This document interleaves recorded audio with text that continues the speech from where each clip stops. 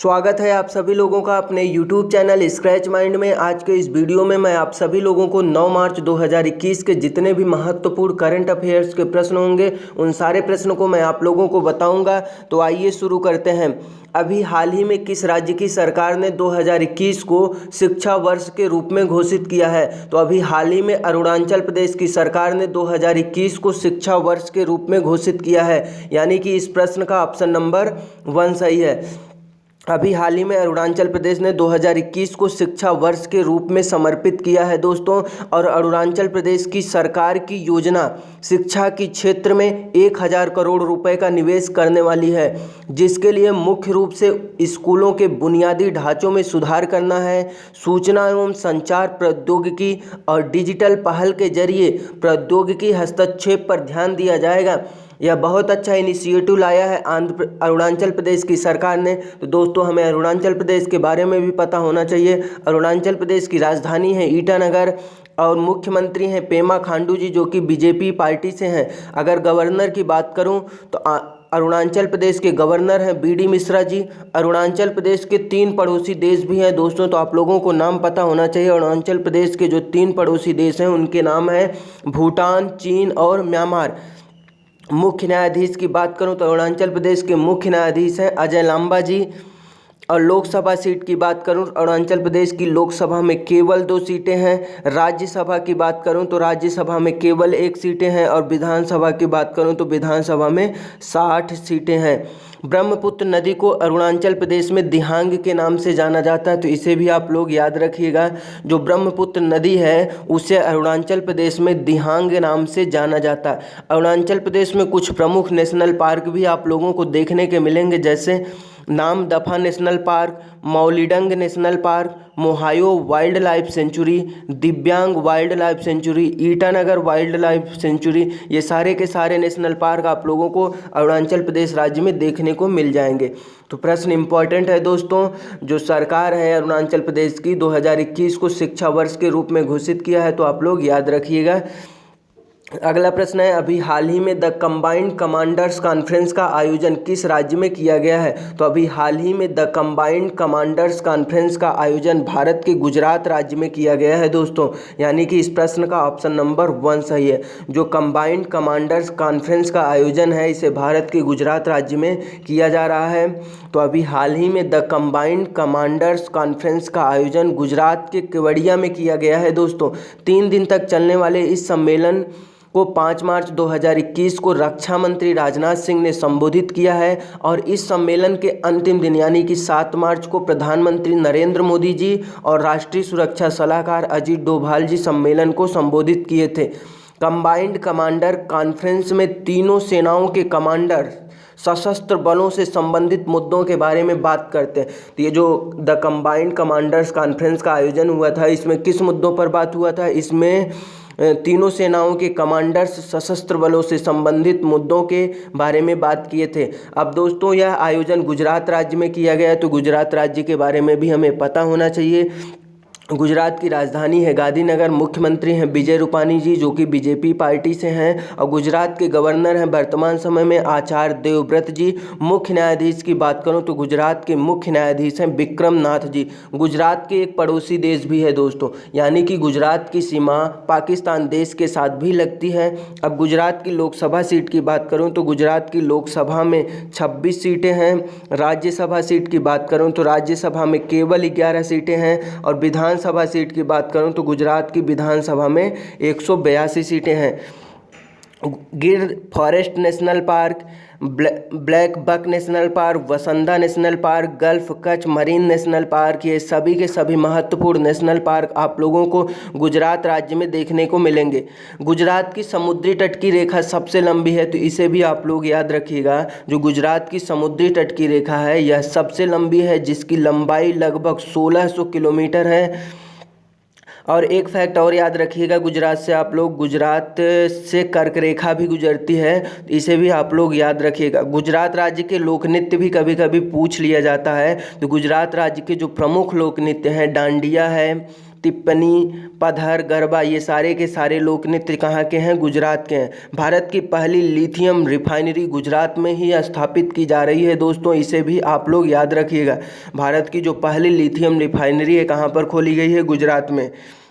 दुनिया की सबसे ऊंची मूर्ति कहाँ पर है? आप लोगों को पता होगा, दुनिया की जो सबसे ऊंची मूर्ति है उसका नाम है स्टैचू ऑफ यूनिटी। ये गुजरात के केवड़िया में ही है। अगला प्रश्न है, अभी हाल ही में खाने की बर्बादी के सूचकांक 2021 की रिपोर्ट को किसने जारी की है?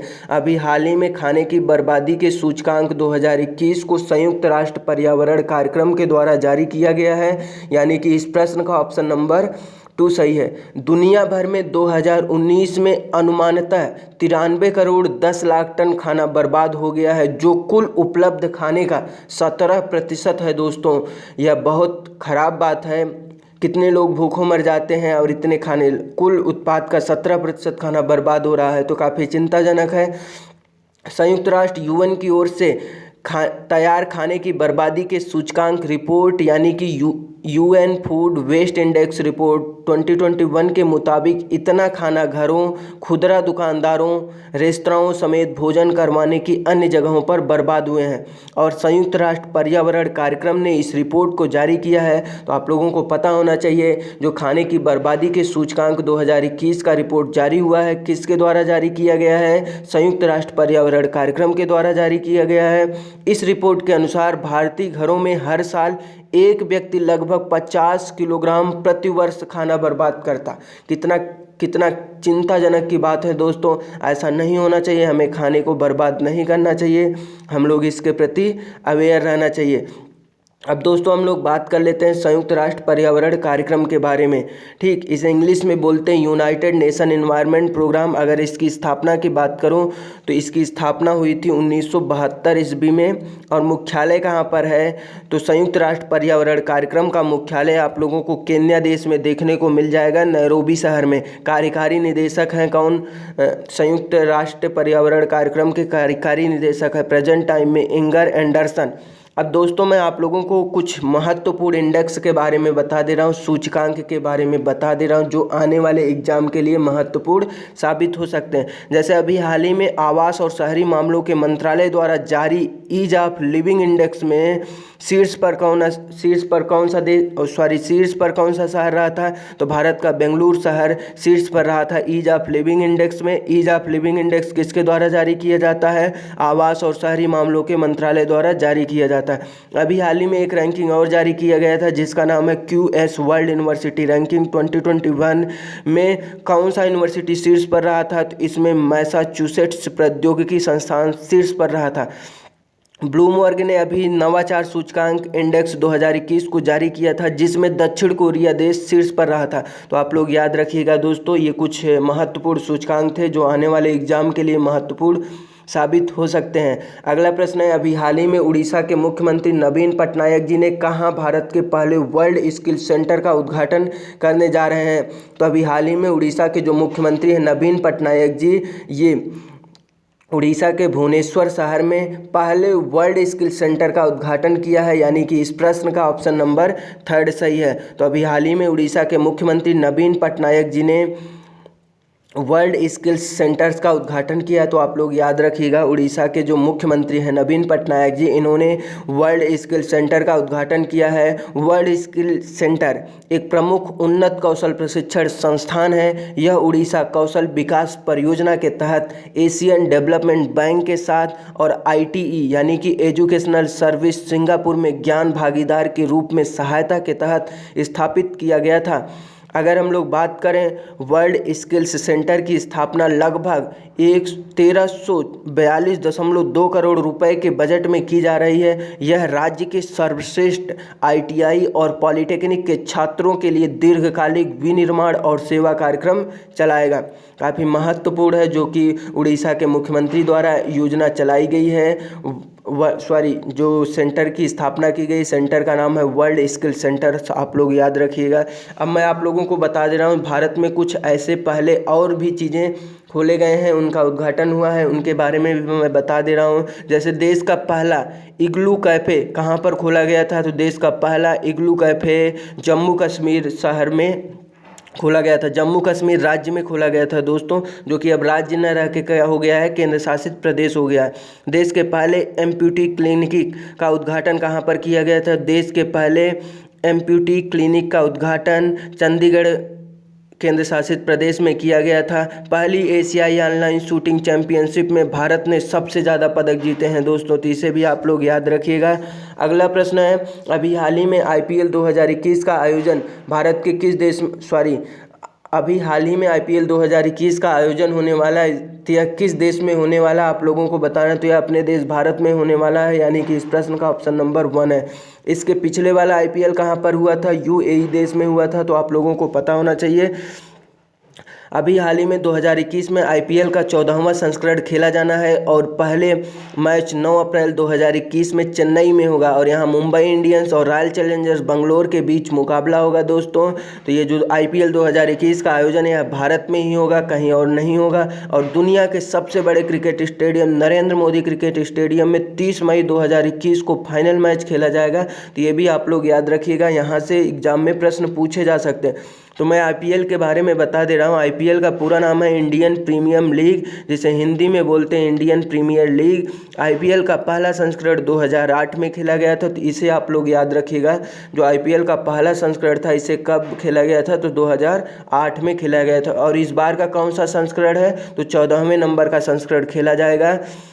इसमें विजेता टीम, अगर हम लोग 2008 की बात करें तो 2008 में विजेता टीम राजस्थान रॉयल्स रही थी और उप विजेता टीम चेन्नई सुपर किंग्स रही थी।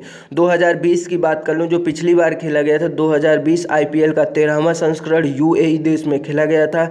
IPL 2020 में विजेता टीम कौन रही थी? मुंबई इंडियंस रही थी, तो आप लोग याद रखिएगा। मैं कुछ आगामी खेल प्रतियोगिताओं के बारे में बता दे रहा हूं, जो कि आने वाले एग्जाम में पूछे जा सकते हैं। जैसे अगर पूछ लिया जाए 2021 में होने वाला 32वां ग्रीष्मकालीन ओलंपिक कहाँ पर खेला जाएगा? तो जो 2021 में होने वाला है 32वां ग्रीष्मकालीन ओलंपिक ये जापान के टोक्यो शहर में खेला जाएगा दोस्तों। 2023 में होने वाला हिंद महासागर द्वीपीय खेल कहाँ पे होगा? तो 2023 में होने वाला हिंद महासागर द्वीपीय खेल मेडागास्कर में होगा दोस्तों। 2024 में होने वाला 24वां शीतकालीन ओलंपिक कहाँ पर होगा? तो यह ओलंपिक जो 24वां शीतकालीन ओलंपिक होने वाला है 2024 का, यह चीन के बीजिंग शहर में होगा दोस्तों। तो 2021 में होने वाला 19वां एशियाई खेल कहाँ पर होगा? तो जो 19वां एशियाई खेल है ये चीन देश में होगा, तो इसे भी आप लोग याद रखिएगा दोस्तों। अगला प्रश्न है, अभी हाल ही में 2021 के Nuremberg international human rights award से किसे सम्मानित किया गया है? तो अभी हाल ही में 2021 के Nuremberg international human rights award से सम्मानित किया गया है सैरागुल सौतबे को, यानी कि इस प्रश्न का ऑप्शन नंबर 1 सही है। उइगर एक्टिविस्ट सैरागुल सौतबे को, तो आप लोगों को पता होना चाहिए सैरागुल सौतबे कहाँ की हैं? तो यूगर एक्टिविस्ट हैं सैरागुल सौतबे। इन्हीं को ही 2021 के Nuremberg international human rights award से सम्मानित किया गया है। और चीन के झिनझियांग प्रांत में उइगर मुसलमानों पर हो रहे अत्याचारों को उजागर करने के लिए उन्हें यह सम्मान दिया गया है। तो इसे भी आप लोग याद रखिएगा, सैरागुल सौतबे को यह पुरस्कार क्यों दिया गया है? इसलिए दिया गया क्योंकि चीन के झिनझियांग प्रांत में उइगर मुसलमानों पर हो रहे अत्याचार को उजागर करने के लिए उन्हें यह पुरस्कार दिया गया है। न्यूरेमबर्ग की बात करूं तो Nuremberg international human rights award German देश का सम्मान है, तो आप लोग याद रखिएगा ये जो Nuremberg international human rights award है ये कहाँ का सर्वोच्च सम्मान है? जर्मन देश का सम्मान है। अगला प्रश्न है, अभी हाल ही में 69वें सीनियर नेशनल वॉलीबॉल चैंपियंस का आयोजन कहाँ पर किया जाएगा? तो अभी हाल ही में 69वें सीनियर नेशनल वॉलीबॉल चैंपियंस का आयोजन भुवनेश्वर शहर में किया जाएगा, यानी कि इस प्रश्न का ऑप्शन नंबर 2 सही है। तो अभी हाल ही में भुवनेश्वर में आयोजित होने वाले 69वीं सीनियर नेशनल वॉलीबॉल चैंपियनशिप के लिए राजस्थान की महिला और पुरुष की टीम की घोषणा कर दी गई और इस टूर्नामेंट का आयोजन के IIT यूनिवर्सिटी भुवनेश्वर उड़ीसा में होगा। तो आप लोगों को पता होना चाहिए कि इसका आयोजन कहाँ पर होगा? भुवनेश्वर उड़ीसा में होने वाला, यानी कि इस प्रश्न का ऑप्शन नंबर 2 सही है। अगला प्रश्न है, अभी हाल ही में भारत का पहला एलिवेटेड शहरी एक्सप्रेसवे कौन सा बनाया गया है?